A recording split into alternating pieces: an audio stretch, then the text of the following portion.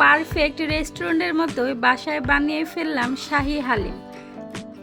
দেখতেও যেমন সুন্দর, খেতেও অনেক মজাদার হয়েছিল। বাসায় সবাই খেতে অনেক প্রশংসা করেছে। আসসালামু আলাইকুম, welcome to my channel cook with Sultana রাজে।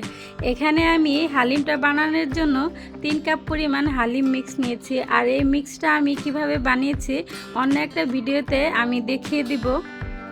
এখন আমি হালিম মিক্সটা এভাবে হালকা কুসুম গরম পানি দিয়ে নেড়ে চেড়ে মিশিয়ে নিব।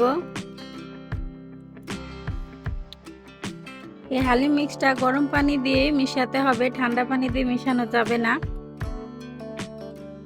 এভাবে যখন মেশানো হয়ে যাবে আমি আধা ঘন্টার জন্য রেখে দিব। এদিকে আমি চুলায় একটা কড়াই বসিয়ে দিয়েছি। এখানে আমি 1 কাপ পরিমাণ তেল দিয়ে দিয়েছি। তেলটা গরম হওয়ার পরে আমি পেঁয়াজ কুচি দিয়ে দিয়েছি। পেঁয়াজ কুচিটা আমি নেড়ে চেড়ে একটু ভেজে নিব। যখন পেঁয়াজ কুচিটা একটু নরম হয়ে আসছে, এখানে আমি 1 চামচের মতো আদা বাটা আর 1 চামচ রসুন বাটা দিয়ে দিয়েছি। দেওয়ার পরে আবার পেঁয়াজটা একটু নেড়ে চেড়ে নিয়েছি। এখন আমি মশলা দিয়ে দিব। আমি এখানে 1/2 চা চামচ হলুদের গুঁড়া, 1/2 চা চামচ মরিচের গুঁড়া, 1/2 চা চামচ ধনিয়ার গুঁড়া এবং 1/2 চা চামচ জিরার গুঁড়া দিয়েছি। দিয়ে আবারও এই মশলার সাথে সুন্দর করে কষিয়ে নিব। আমি একটু পানি দিয়ে দিয়েছি যাতে মশলাটা পুড়ে না যায়। যখন মশলাটা কষিয়ে তেল উপরে উঠে এসেছে, তখন আমি এখানে চিকেন দিয়ে দিয়েছি 1 কাপের মতো। আর এখানে হালিম মিক্সের মশলাটা আমি দিয়ে দিয়েছি। এখানে আমি রাঁধুনি হালিম মিক্সের মশলাটা ব্যবহার করেছি। দিয়ে মাংসটা একটু কষিয়ে নিয়েছি। কষানোর পরে এখানে আমি 1/2 কাপ পরিমাণ পানি দিয়ে দিয়েছি।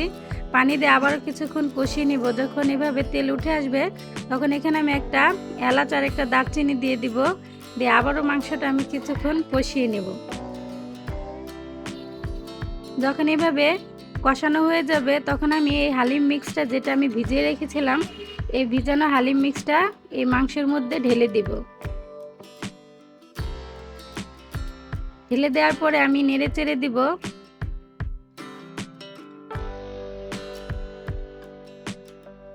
নাড়াচাড়া দেওয়ার পরে আমি এখানে আরও 2 কাপ পরিমাণ পানি দিয়েছি, যাতে পুরোপুরিভাবে এই হালিম মিক্সের যে ডালগুলো থাকে সবগুলো ফুটে যায়, সুন্দর একটা ঘনত্ব হয়ে আসে। এখন আমি ঢাকনা দিয়ে ঢেকে দিব। 10 মিনিট পর রান্না করার পরে এরকম ঘন হয়ে এসেছে। আর যে ডালগুলো দিয়ে আমি মিক্সটা বানিয়েছিলাম সবগুলো এভাবে ফুটে সুন্দর একটা ঘনত্ব হয়ে এসেছে। আমি ঢাকনা খোলার পরে এভাবে 10 মিনিটের মতো রান্না করেছি, নেড়ে চেড়ে দিয়েছি একটু পর পর যাতে না লেগে যায়। আর হালিমটা হয়ে গেছে, রান্না হয়ে গেছে। এখন আমি হালিমটা নামিয়ে রেখে দিব, কারণ ঠান্ডা হলে আরও ঘন হয়ে আসবে। এজন্য আমি এই রকম থাকতেই নামিয়ে রাখবো। এখন আমি একটা মাটির হাঁড়িতে এই হালিমটা সার্ভ করে নিব। দেখতে যতটা আকর্ষণীয় হয়েছে, খেতে আরও বেশি মজাদার হয়েছে। বাসার সবাই খেয়ে অনেক প্রশংসা করেছে। আপনারা এভাবে খুব সহজে বাসায় রেস্টুরেন্টের মতো হালিমটা বানিয়ে নিতে পারেন।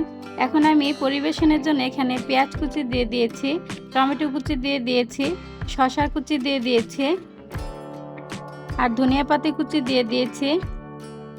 আর এখানে আমি ফুচকা ভেজে রেখেছিলাম, সেই ফুচকাগুলো আমি এভাবে হাত দিয়ে মুড়িয়ে ভেঙে নিয়েছিলাম। সেই ভাঙা ফুচকাগুলো এভাবে আমি উপরে দিয়ে দিয়েছি। এখন আমি লেবু কেটে এভাবে সাজিয়ে নিব আর একটু লেবুর রস দিয়ে দিব। এভাবে আমি হয়ে গেল আমার শাহী হালিম। আর এভাবে আপনারা অবশ্যই বাসায় রান্না করে খাবেন, কেমন হয় আমাকে জানাবেন। আজকের মতো এখানে আবার আসবো নতুন কোনো ভিডিও নিয়ে। ততক্ষণ সবাই ভালো থাকবেন। আসসালামু আলাইকুম।